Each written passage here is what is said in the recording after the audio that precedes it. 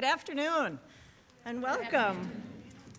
Welcome to the installation and celebration of Reverend Dr. David Breeden as the settled senior minister at the First Unitarian Society of Minneapolis. My name is Madalyn, Cioci, and I'm the vice president of the Board of Trustees here at the Society, and I extend my personal and warm welcome on behalf of the trustees and our entire community to all of you gathered here this afternoon, family, friends, and colleagues of David's, Teresa, and esteemed guests. In an ideal world, a new minister might have his formal installation near the time that he began his ministry, say in late fall. But today's weather makes it pretty easy to imagine it's November, so I'm going to go with it. And yet, we don't want to pretend that this year isn't as far along as it is, because this first year of David's ministry has been so full and so rich, with getting to know one another, with the gradual shift of FUS from facing our history to facing our forward trajectory, with, simply put, growth. Growth in relationship, growth in membership, and in capacity. So what is an installation? The installation of a minister is an important moment in our Free Church tradition, a ritual and celebration in which the bond between the congregation and the minister is highlighted and reaffirmed. Moments like this call us to reflect without cynicism or superficiality on the importance and value of this humanist institution and our Unitarian Universalist faith's free search for truth and meaning, and to reflect on the fact that we have democratically elected and selected our minister without rule from any other body. In its 131-year history, this congregation has performed this ritual only 10 times prior to today for these 10 ministers: Henry Martin Simmons, E. Stanton Hodgen, Wilson Backus, John Hassler Dietrich, Raymond Bragg, Carl Storm, Robert Lehman, Corin Arisian, Ann Heller, and Kendall Gibbons. A person's connection and growth here typically starts with sitting on a bench, listening to the words of the minister. We trust our minister to inspire, challenge, teach, provoke, comfort, connect, and reveal. The minister's words feed us as we grow into our best selves. And because others are sitting next to us, listening to those same words, we now have a common experience with those around us. And so community begins simply by listening to our minister. Then we take that community-reinforced spirit into the world every day to care for animals, to grow gardens, to our families, our colleagues, people we meet here or through work or at the bus stop or at the Capitol. We live our values because we are energized and bolstered to act, even when it's hard or scary or when the way is unclear. And then we come back together to be reminded and refreshed through the minister's work and words, like these we've heard from David this year. Our task is to nurture what's good, prune what's rotten, and grow a healthy, vibrant humanism for the future. If religious humanism is to survive and thrive within Unitarian Universalism and as a larger movement, it will be here. You are a free religious people. Cherish that, enjoy it, and keep passing it on. David told us, another human being is never a means to an end. That's a communal value that we hold, not an individualist value, and it does good in the world. And David said, it's the beginning of a new year and a new ministry, and it's time to jump right in. We have a saving message because we can say it's okay to think. We can say thinking is not a bad thing. We can say, go ahead, jump in, think for yourself. It's not dangerous. It's okay to think. You can live better. And finally, all we have to do here is save the world. So let's get started. Indeed. Let's put David in his place, formally. as the 11th settled minister at the First Unitarian Society of Minneapolis.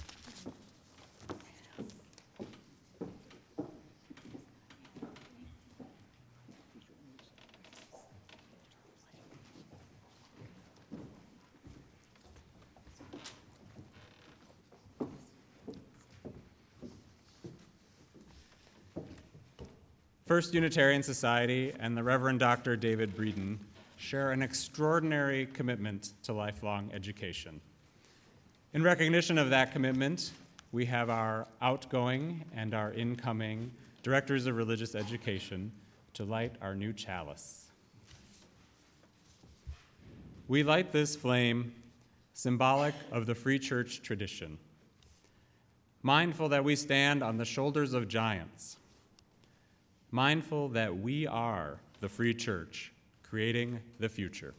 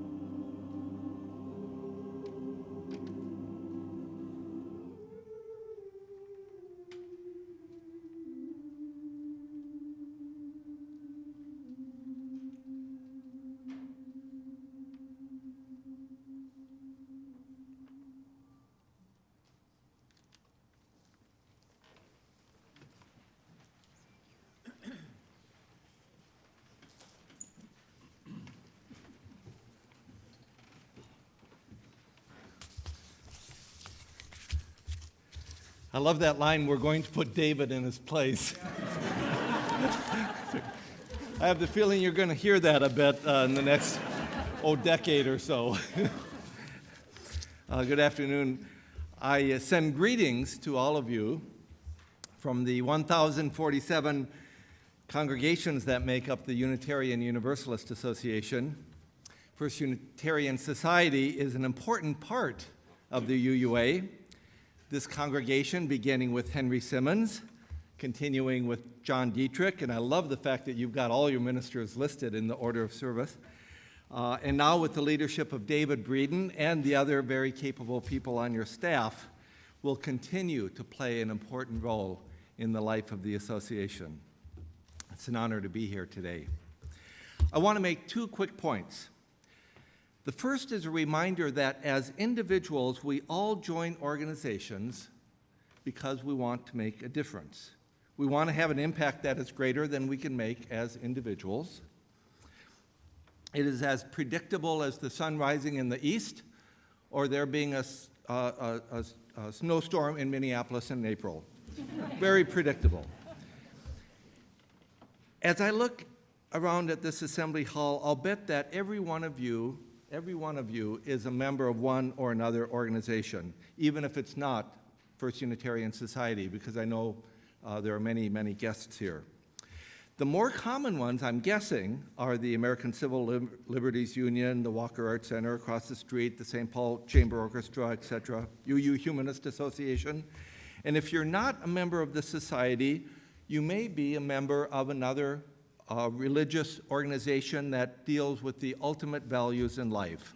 You may be a member of a synagogue or a church or another kind of society or a temple. Me, while I work on national staff at the UUA in Boston, I've been a proud member of the First Universalist Church of Minneapolis, just down the street, since 1972 when I was in college. First Unitarian Society, by being a member congregation of the UUA, extends the good work that you do as an individual congregation. Through your contributions of money and talent to the UUA, you help support the creation and the development of new congregations and communities. There are 51, I don't know if you know that, there are 51 emerging congregations in the UUA. And you support the justice work in the areas of marriage equality, reproductive rights, environmental justice, economic justice, and many others on both the local and the national level. The work on the national level expands the good work that you do here in the Twin Cities in these same areas, and I hope that you're very proud of the work that you do nationally, internationally, and locally. Those who have heard David's address during candidating week, and I'm guessing most all of you have, remember him talking about religious refugees and pilgrims.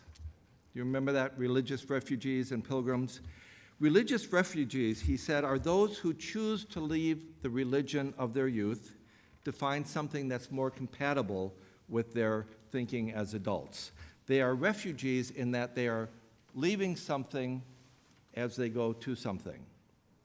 Pilgrims, David said, are those who may not have any religious background, but who are on a journey to find something. What that something is has many names. It could be community, it could be meaning, it could be purpose, it could be ultimate values, a more just world, on and on and on and on. I want you to know that First Unitarian Society is in a unique position to reach out to those pilgrims, and here's why. I think you all know that the Unitarian Universalist Association consists of congregations large and small, urban and rural, rich and poor. Many are growing in numbers, some not so much, humanist and Christian, and everywhere along that spectrum. All are important. All contribute something to the rich tapestry of liberal religion in our culture. But to have a congregation like yours that is so clearly humanistic in its history and in its orientation makes it a perfect vehicle to tap the energy of those that are creating at the UUA and within the larger culture to reach out to the nuns. I don't mean the nuns, N-U-N-S, but the nuns, N-O-N-E-S. Those who are spiritual but not religious, and they use spiritual in different kinds of ways. You are in a unique position to reach out to those folks who oftentimes have values that are similar to Unitarian Universalists, but they're not interested in becoming members of congregations, even UU congregations, that are grounded in a theology they cannot accept. So in other words, we need you, and we like to think that you need us as an association of congregations, and that together we can do things that neither one of us could do alone. David and members and friends of First Unitarian Society, I wish you and us well.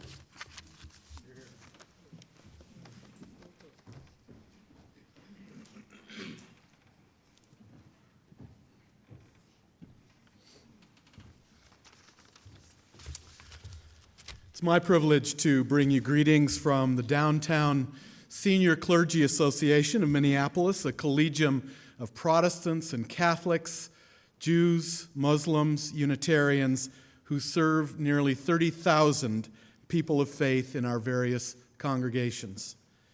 Your congregation has been well represented in our group in the past, and it has been our joy to come to know David Breeden in recent months.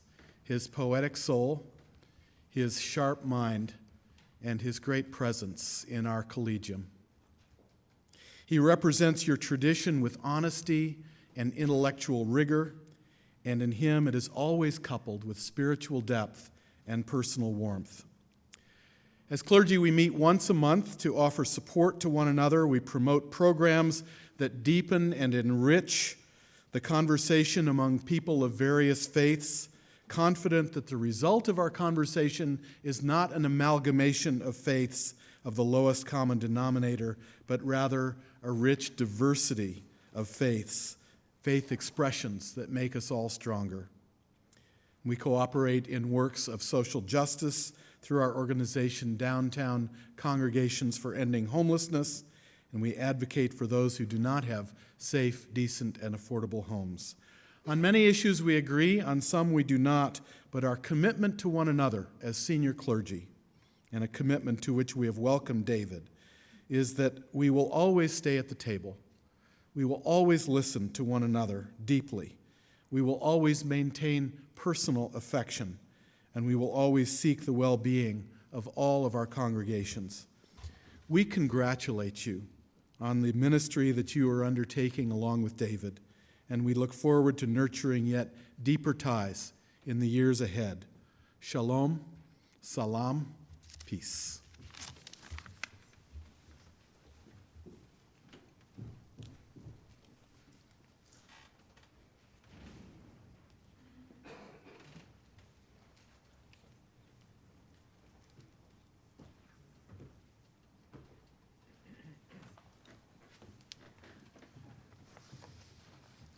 You guys are really stalwarts. Let's hear it for the choir.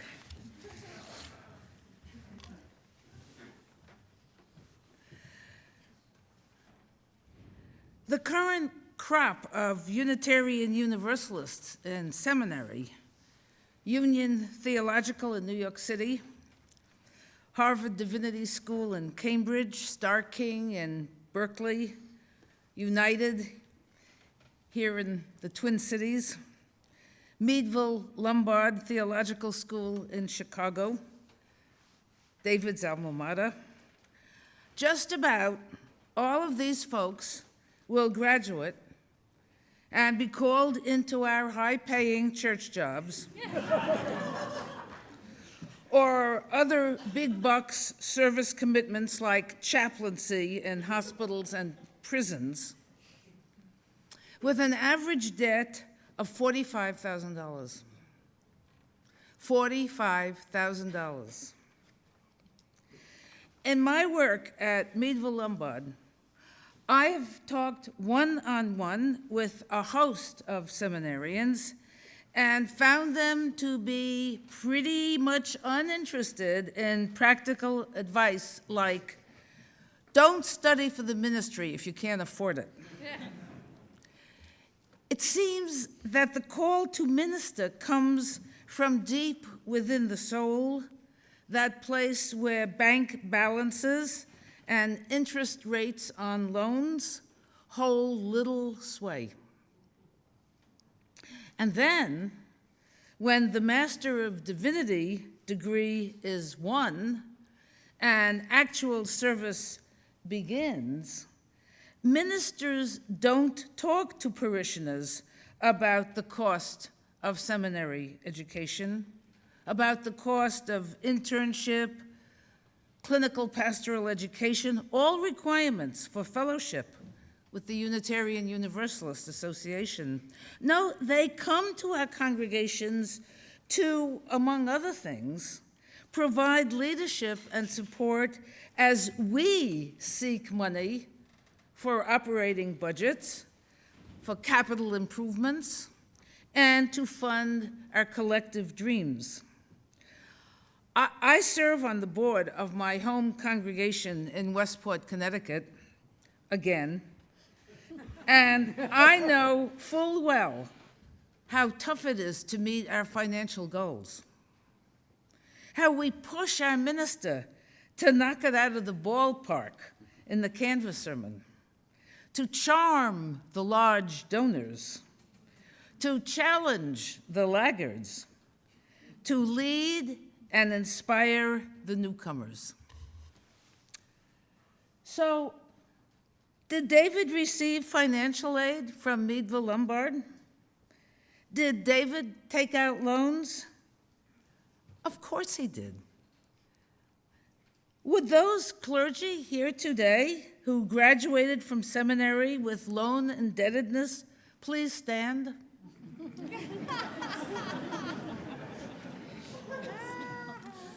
Thank you. The defense rests.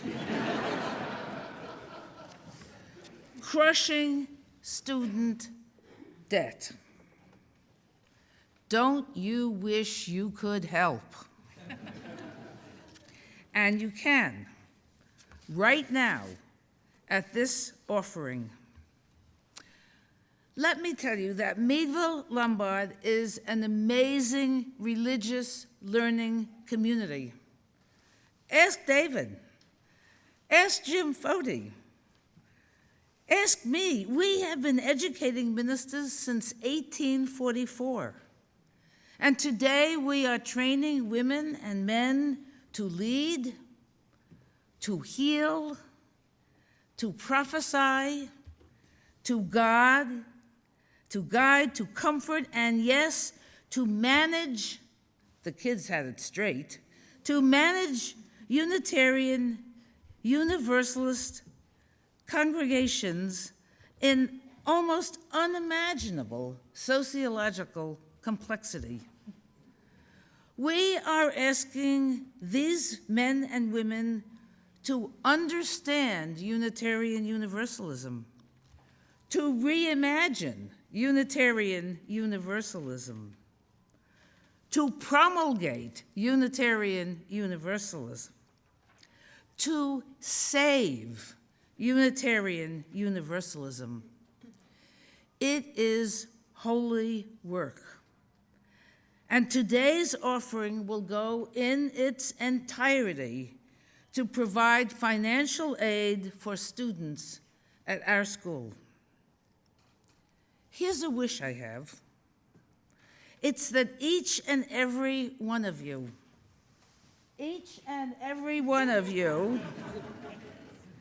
will be more generous than you may have planned. My God, they don't have their pocketbooks with them.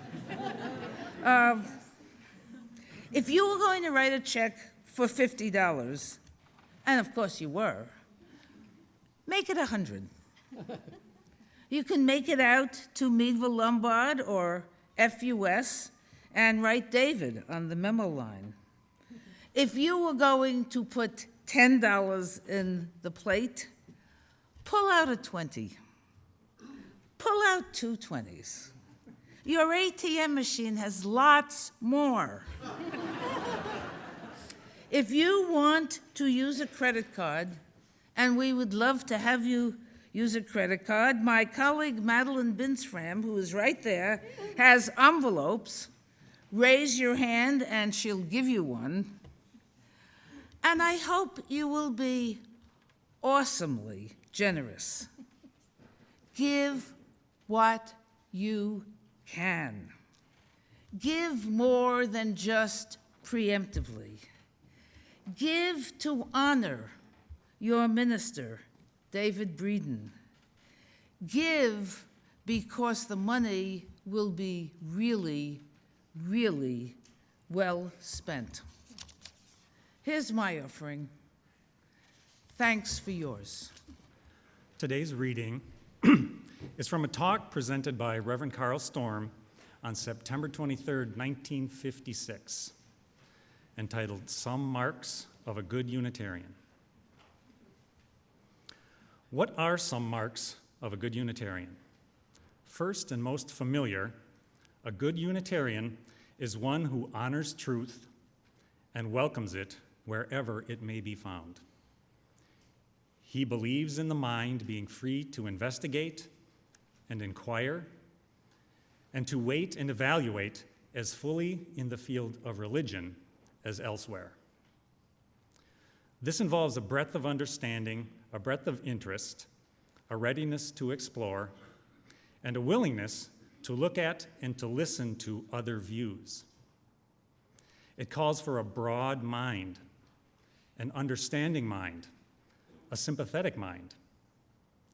Instead of ridiculing others and rushing into a judgment of their beliefs and actions, it asks that we sincerely and honestly try to understand them, try to get their point of view, try to see them in a wider perspective of the surroundings and their individual hurts and frustrations and desires and hopes. We may feel that some of these others are mistaken in what they believe, unrealistic in what they expect and desire, and even dangerous in the ways they propose to get what they want. But it is a primary duty to look and to listen and to understand before jumping to conclusions in the matter. It does not mean we have to agree with them. It does mean we give them a full chance to say their say.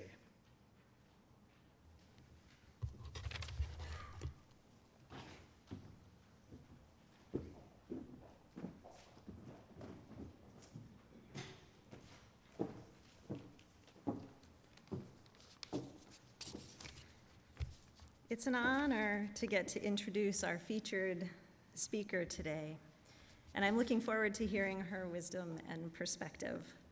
Vanessa Gomez-Brake is putting her youthful stamp on a forward-looking humanism and tying it together with her significant commitment and work to interfaith peace and justice.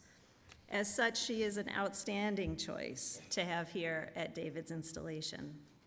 Vanessa holds a MS from the School for Conflict Analysis and Resolution at George Mason University and bachelor degrees in psychology and religious studies from Arizona State University. She's currently studying at the Humanist Institute. Vanessa is a second-generation Filipina American. She was born and raised in Arizona and spent significant time living in the Philippines and Guam while growing up. She now calls Oakland, California, home. Since 2008, Vanessa has been active in the San Francisco Bay Area as a community educator, peacemaker, and interfaith activist. As a facilitator, she regularly engages groups on issues of social justice and conflict transformation. Vanessa currently serves as Director of Operations and Outreach at the Chaplaincy Institute, an interfaith seminary and community. She's a board member at the North American Interfaith Network.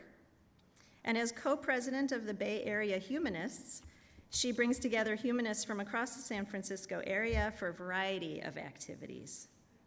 Vanessa's won several honors. In 2013, she won the Making a Difference Award from the Interfaith Council of Contra Costa County. In 2011 and 2012, she was recognized by the North American Interfaith Network as a young adult scholar. In addition, Vanessa is also an accomplished Philippine folk dancer and musician, having performed at the inauguration of Mayor Ed Lee and at several ethnic dance festivals. She plays multiple instruments, piano, violin, guitarra, saxophone, percussion, among them. Those of us who have struggled to be mediocre at just one or two really appreciate the time and talent incumbent in that. John Dietrich said in 1934, that it is our responsibility as the makers of our human destiny to, and I quote, put beauty in place of ugliness, good in place of evil, laughter in place of tears, to dispel error with knowledge, hatred with love, displace strife and contention with peace and cooperation. Please welcome one who, as far as I can tell, lives that responsibility with gusto, Vanessa Gomez-Brake.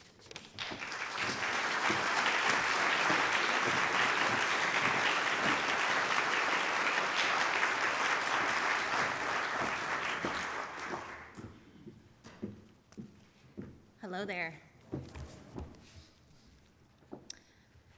So how amazing is this? How amazing is this time? This city, this building, these people.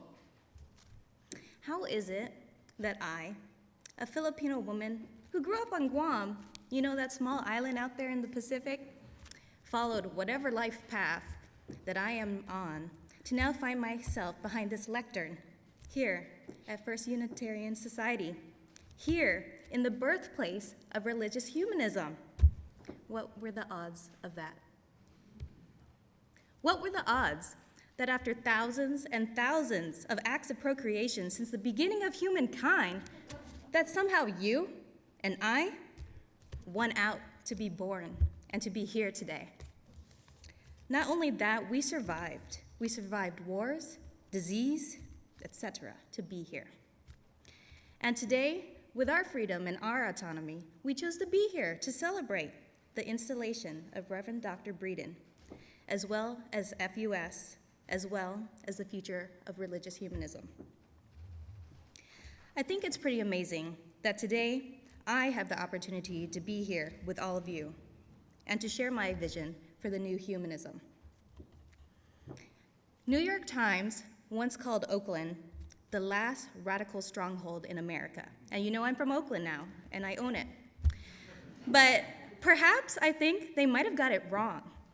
In my very few days here in Minneapolis, I can say that now, I'm realizing that this may be the place for the last, or one of many, radical strongholds. So, humanism is one of the most influential philosophies of all time. You knew that, right? The humanist philosophy provided the foundation for most of the social and civil justice movements for the past century, as well as providing the foundation for democracy and science.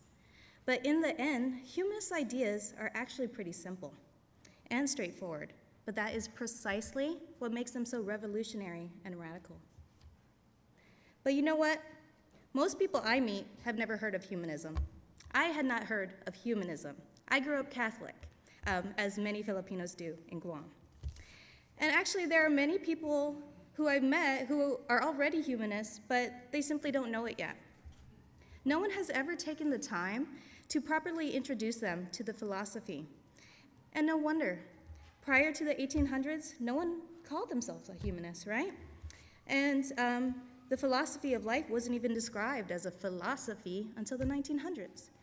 So although our philosophy goes way back, we've actually had very little time to own it, to own our humanism, to speak publicly as humanists. Even today, I can tell you how many humanists I know that actually shy away from identifying themselves as humanists.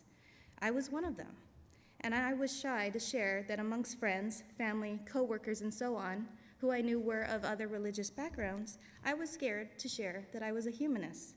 But this needed to change. So won't you let me tell you about the wonders of humanism? How would you like to be among Albert Einstein, Carl Sagan, Kurt Vonnegut, Philip Randolph, and Helen Keller? They were all humanists, you know.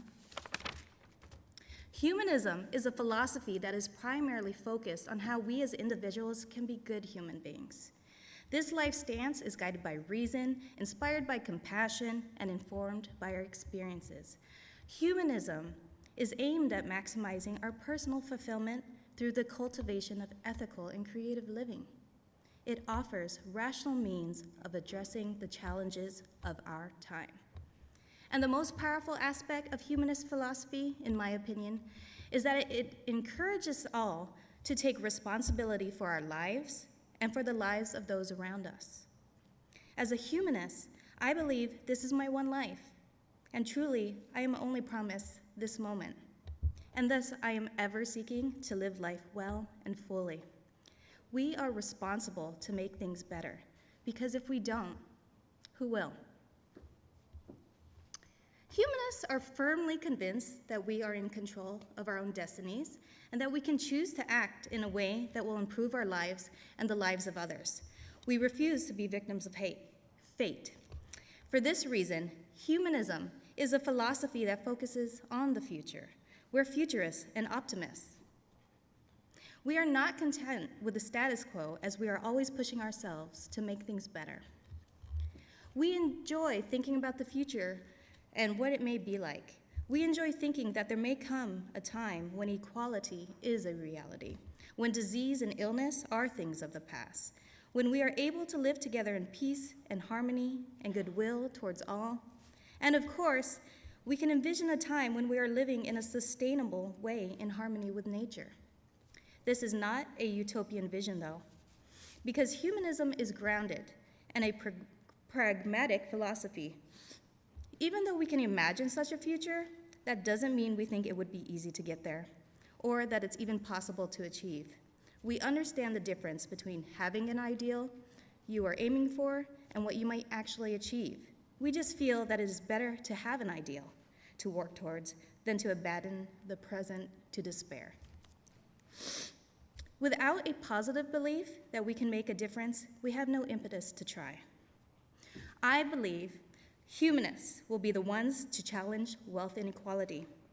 I believe humanists will be the ones to revision animal rights. I believe humanists will be at the forefront of scientific discovery. I believe humanists will be the ones to bring about prison reform in the US.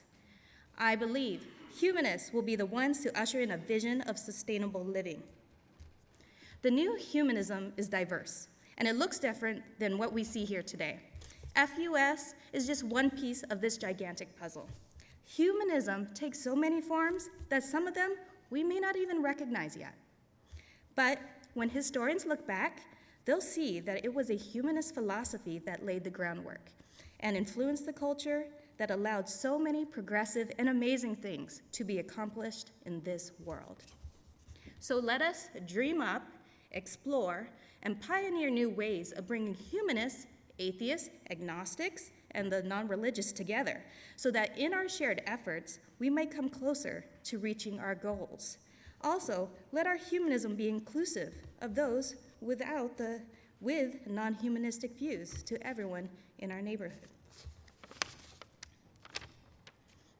According to Pew reports, 1 in 3 adults under the age of 30 in the US describes themselves as nuns, N-O-N-E-S, or without religion.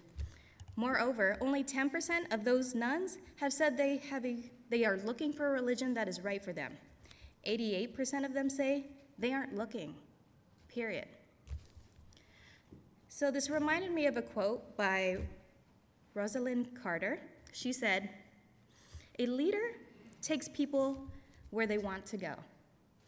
A great leader takes people where they don't necessarily want to go, but ought to be."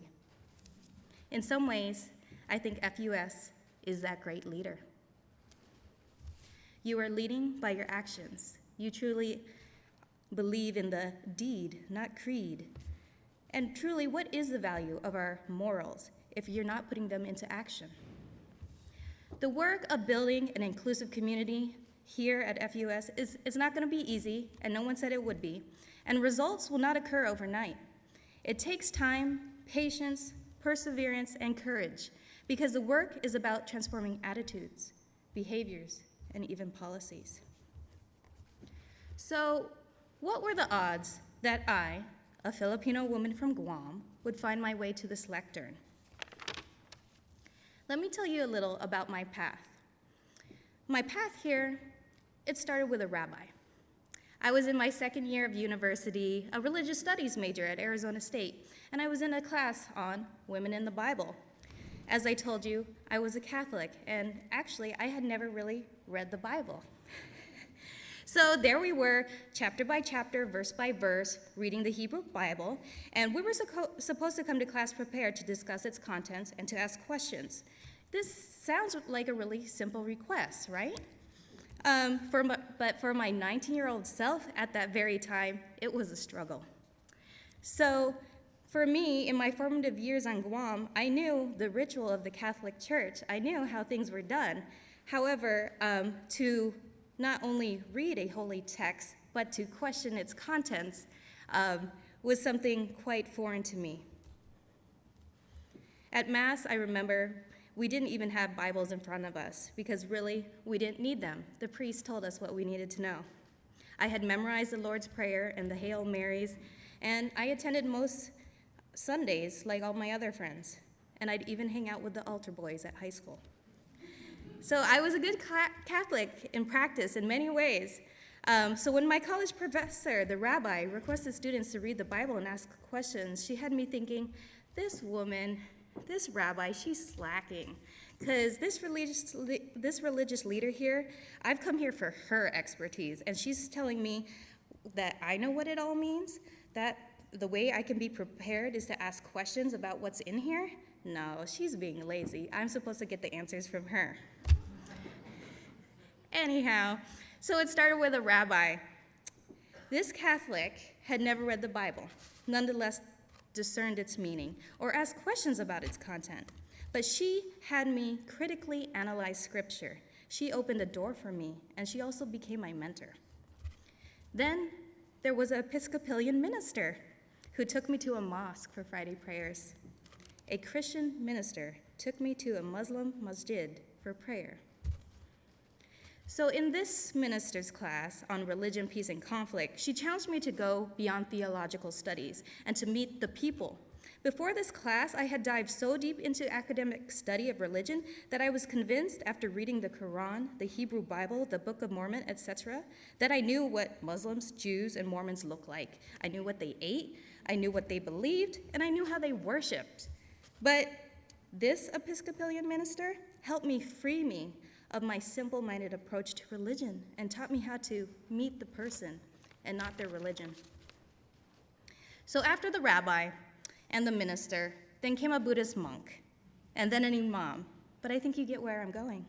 It was through many individuals that I was able to reflect on myself and my own beliefs. It is through others that I found myself.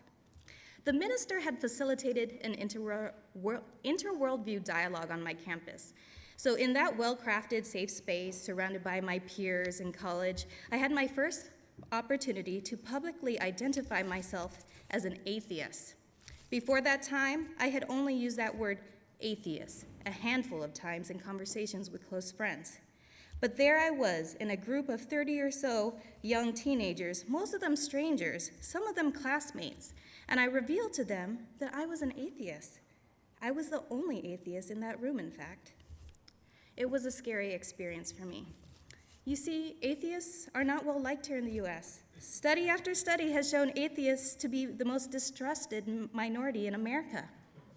In my own community, I was extremely aware of the negative feelings towards non-believers. So it's no wonder that it took me so long to use that word publicly, and why to this day, I have a hard time using it. I was an atheist, and well, I guess I still am. But back then, I had yet to hear of humanism. So atheist was the best word to describe my worldview. So what were the odds that I, a Filipino woman from Guam, would find my way to this lectern? It amazes me that one word, one day that I heard when I was 22 years old from a classmate as we were talking about feminism. It took one word for me to hear, and that word was humanist. I simply had to hear it from my classmates' lips. Instantly, I knew that's what I was, and I've proudly called myself a humanist ever since. Let us use that word. Thank you.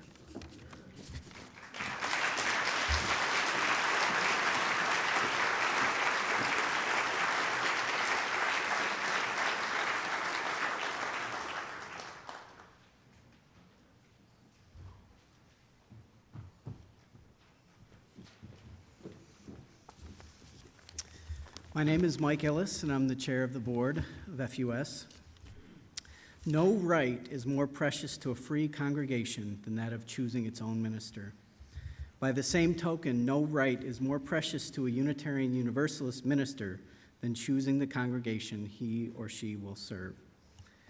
The conjunction of congregation and minister assumes special significance when there is involved, as here, a great tradition of humanist leadership. It is with profound feeling, therefore, that we formally recognize the relationship, now existing between the people of the First Unitarian Society of Minneapolis and the Reverend Dr. David Breeden, whom we have freely chosen and who has freely chosen us.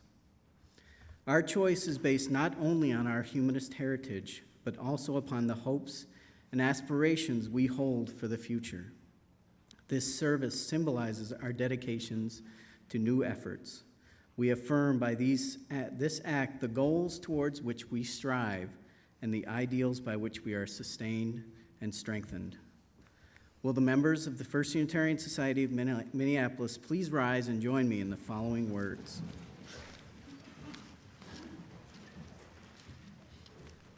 We celebrate this society's historic achievements as well as its devotion to freedom and its belief in the intrinsic dignity and worth of each person. We cherish the memory of those who founded, nurtured, aggressively transformed our existence as a congregation. We cherish our aspirations to pursue wisdom through reason, science, art, and the stories of civilization, to make the change we need for a more just, compassionate, and peaceful world, and to support one another's journey toward meaning and connection in the here and now. We cherish this society for what it may yet become through our united efforts. Having expressed our love and aspirations for this society, we now entrust its ministry to you, David Breeden, confident that you share our feelings in full measure and that you will do all in your power to advance our humanist cause. We offer you our honored and free pulpit.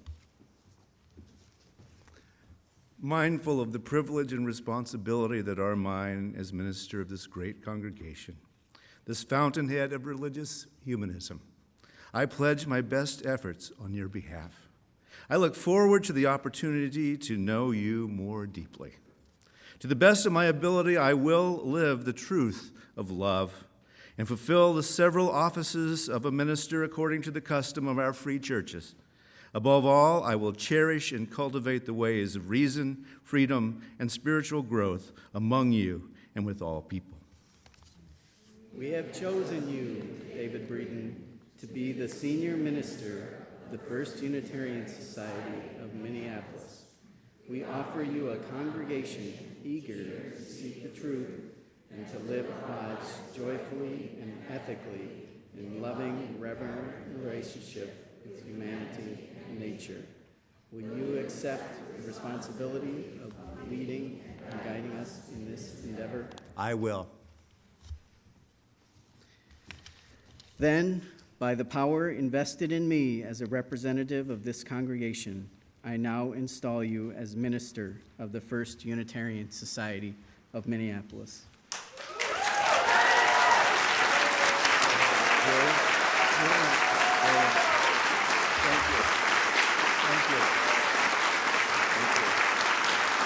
Thank you. It's a true blessing. Thank you.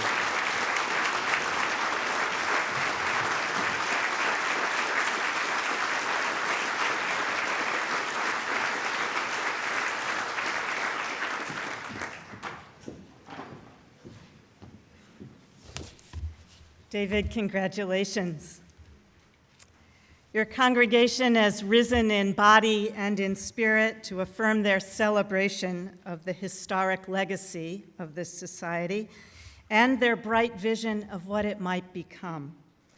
Connecting a noble past to a proud future are those hope-filled aspirations, newly composed but shining brightly since 1881.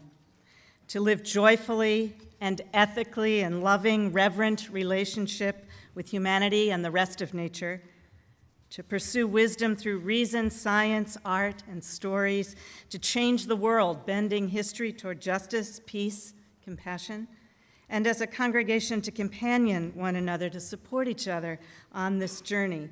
Unspoken there and yet implied is that the aspiration of this people is to support not only those within this circle now, but others they have not yet met, those who will come soon and those who will come long after, Their aspiration, your aspiration, is to set a welcome table.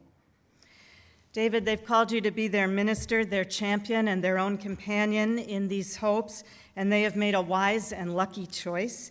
It's a wise choice for the society. It's wonderful for us in the Twin Cities, your colleagues.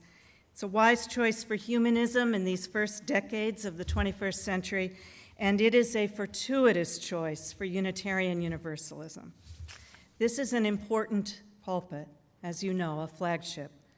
And David, you know you follow a long line of distinguished predecessors, and you are exactly the right person to lead the society now and give new voice to the humane humanism of this place, its proud and humble humanism. So obviously, I charge you to answer their call every day, to shoulder their aspirations as your own, and take up this ministry with heart, mind, soul, and strength.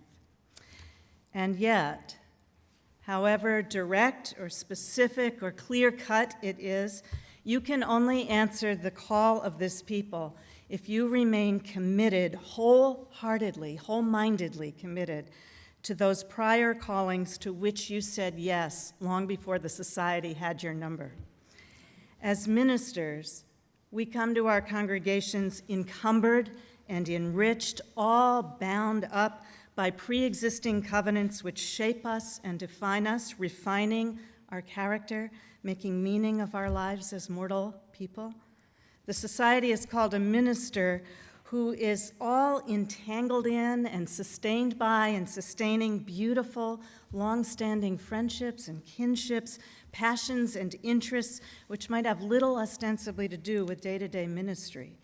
They've called a minister with an interior spiritual life, a prior relationship with mystery and sorrow and wonder and moral allegiances, political alliances that simply come with, as they say in Minnesota. So, David, I charge you to honor and uphold all of your prior covenants, model for your people what it's like to be a complicated person. When my daughter, who is 20, was little, 6 or 7, she wrote a little message on a Post-it note, and she stuck it on the back of my robe one Sunday morning, and everybody saw it except me. And the note said, "I'm not just a minister." And I think she wrote it and was posting it because somehow I had not been expressing that effectively to her or to my congregation or my partner or my family or my friends, nor even to myself in the mirror. And I found that note on the back of my clothes late in the day after everybody at church had gone home to their lives, and I still have it in a little frame on my desk. So I charge you, David, to carry with reverence and respect not only your new title as Senior Minister of First Unitarian Society, but also all of your old names, some of which the rest of us are never going to know. And I charge you to remember who you are and whose, and to remember that the word parson is derived from person, and personhood comes first. I charge you to remember that your principal calling above, beyond, and underneath this call to ministry is to be a human being. The society has called a poet as their minister. Artist is one of your prior titles, a pre-existing condition for you. You traffic in mystery and beauty, life passed through the fire of thought, as Emerson put it about preaching, thought passed through the fires of this life. They have called somebody, David, with a prior commitment to the life of the Spirit, the life of the Holy Spirit within and all around us in nature, call it what you will, a commitment to naming things accurately, artfully, unflinchingly, and lovingly, and speaking in metaphor, not flat prose. So a poet writes about poetry, and I want to give you Grace Paley's words because I think she speaks to your calling here as minister and artist. Grace Paley's poem is called Responsibility. It is the responsibility of society, let's say this society, to let the poet be a poet. It is the responsibility of the poet to stand on street corners giving out poems and beautifully written leaflets, and also leaflets you can barely stand to look at because of the scorching rhetoric. So in other words, to be an activist, David, a truly active activist, a radical voice. It's the responsibility of the poet to be lazy. Congregations hate to hear that. To hang out and prophesy. It is the responsibility of the poet not to pay war taxes. In other words, to render unto Caesar that only that portion which principalities and powers deserve, and all the rest is freedom, love, justice, and mercy. It is the responsibility of the poet to go in and out of ivory towers and two-room apartments in buckwheat fields and army camps. It's the responsibility of the male poet to be a woman, that is, to give voice to the voiceless and to inhabit as much as you're able the experience of the oppressed. It is the poet's responsibility, she says, to speak truth to power, as the Quakers say. It is the poet's responsibility to learn the truth from the powerless. And it is the responsibility of the poet to say over and over, there's no freedom without justice, and this means economic justice and love justice. It is the responsibility of the poet to sing this in all the original and traditional tunes of singing and telling stories. It's the responsibility of the poet to listen and pass on what is heard in the way storytellers decant the story of life. And there is no freedom unless earth and air and water continue and children continue.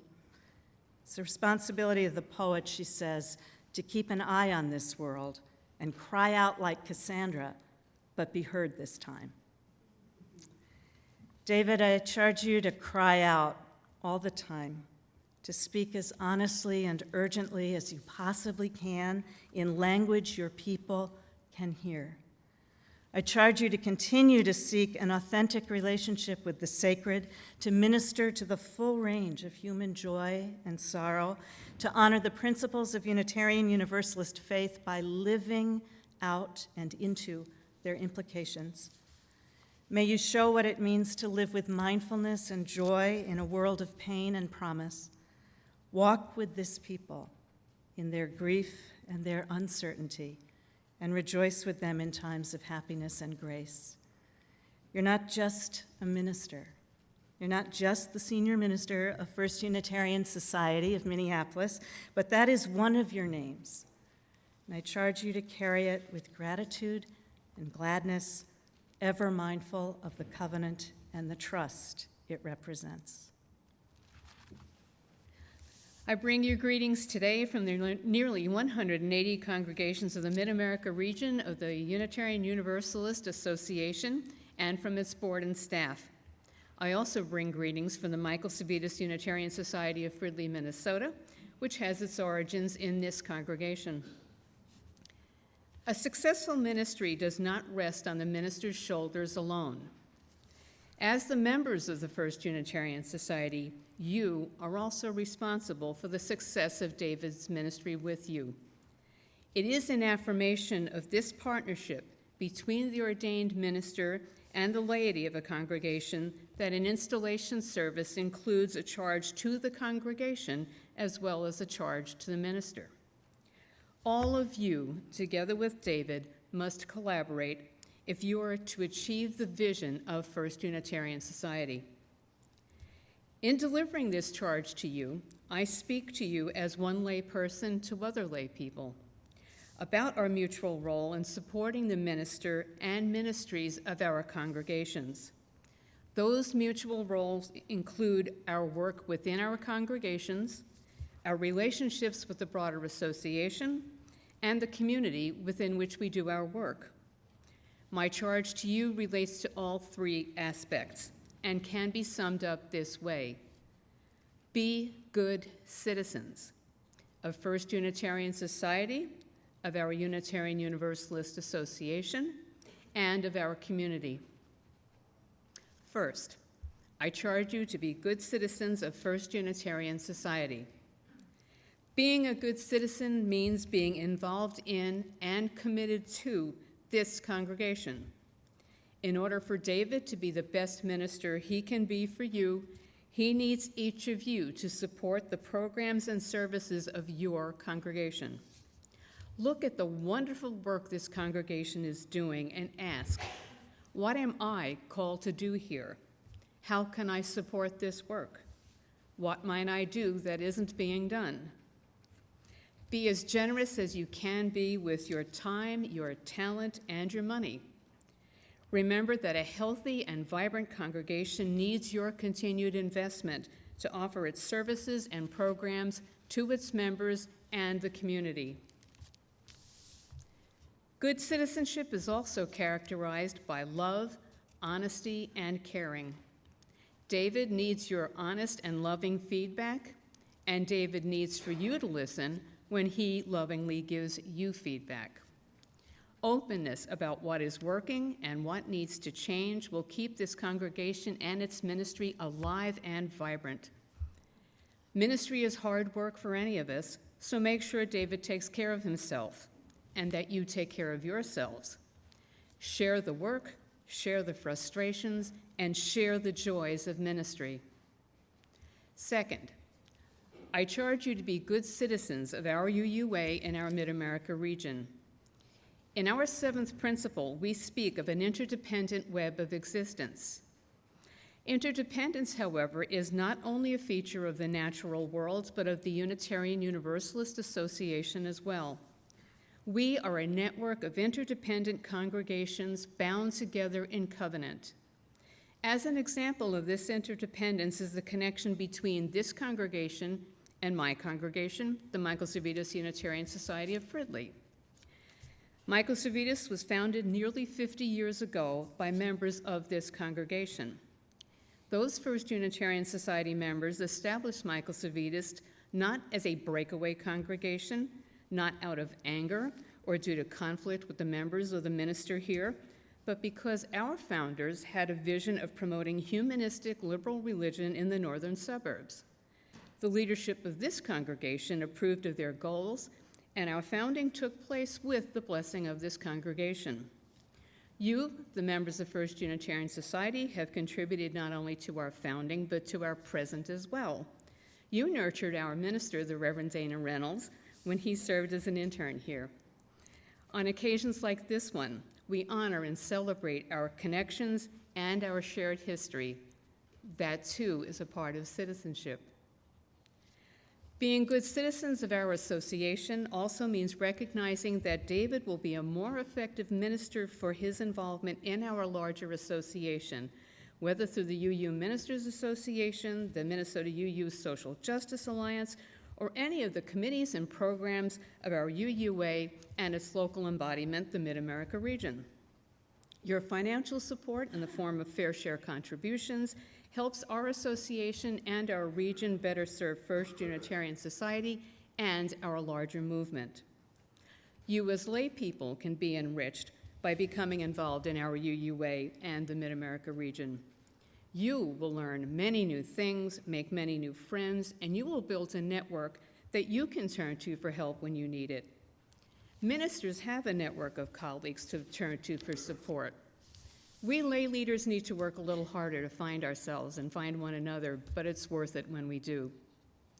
Finally, I charge you, working together with David, to continue to be good citizens of the community around you. We Unitarian Universalists emphasize deeds, not creeds. Unitarian Universalists, and especially humanist UUs, believe we have a moral obligation to improve the world. We are at our best when we are living our values, not just talking about them to one another. This congregation exemplifies good citizenship in our community. I applaud your work with the downtown congregations to end homelessness, your summer social justice internships for high school youth, and your collaboration with the Minnesota UU Social Justice Alliance. Through our Unitarian Universalist Association, UU congregations are working for the same goals that you are, a society embodied by justice, equity, and compassion, one where the dignity and worth of each person is respected. Keep up this good work with members of other faith communities who share our UU values, with your UU colleagues across the Twin Cities, our region, and the UUA. So, be good citizens, and your ministry with David will flourish. Congratulations to all of you, and good luck.